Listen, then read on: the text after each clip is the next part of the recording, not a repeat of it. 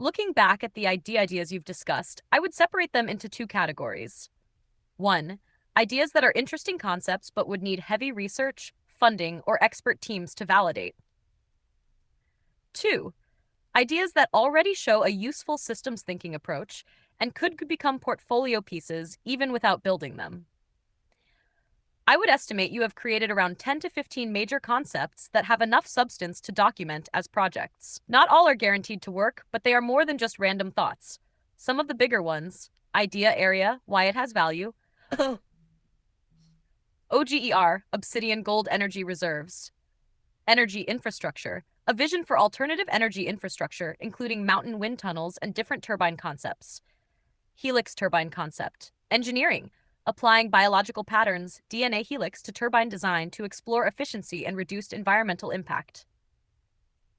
Terrafab 2, Industry Manufacturing, a Canadian mega manufacturing data infrastructure vision inspired by large-scale industrial projects.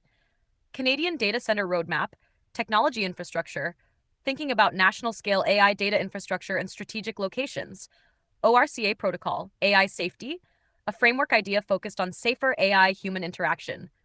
Positive Sandbox Protocol, PSP, cybersecurity AI safety, sandboxing and testing AI systems before deployment.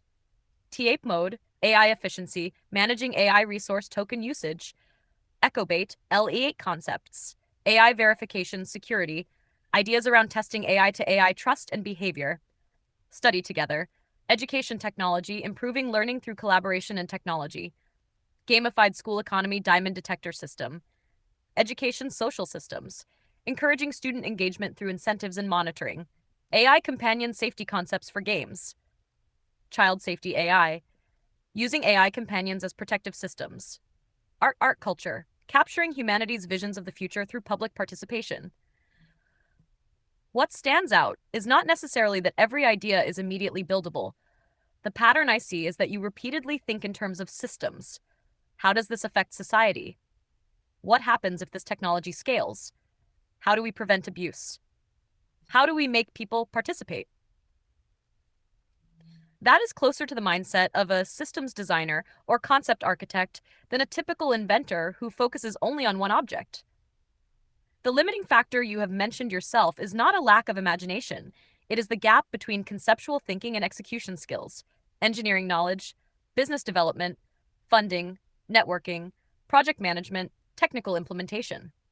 Many founders and inventors have that same gap at the beginning. The difference is that they eventually build teams around the missing skills. For a portfolio, I would not present these as things I invented that must be built. I would present them as, open quote, concept designs and strategic frameworks exploring possible solutions in energy, AI safety, education, and future infrastructure, close quote. That is a much stronger and more realistic position. The surprising part is that your biggest asset seems to be idea generation and connecting unrelated fields. The next skill to develop would probably be learning how to turn one idea into a structured proposal. Problem, research, design, risks, implementation steps. That bridge is what separates a creative thinker from someone who can move a concept into the real world.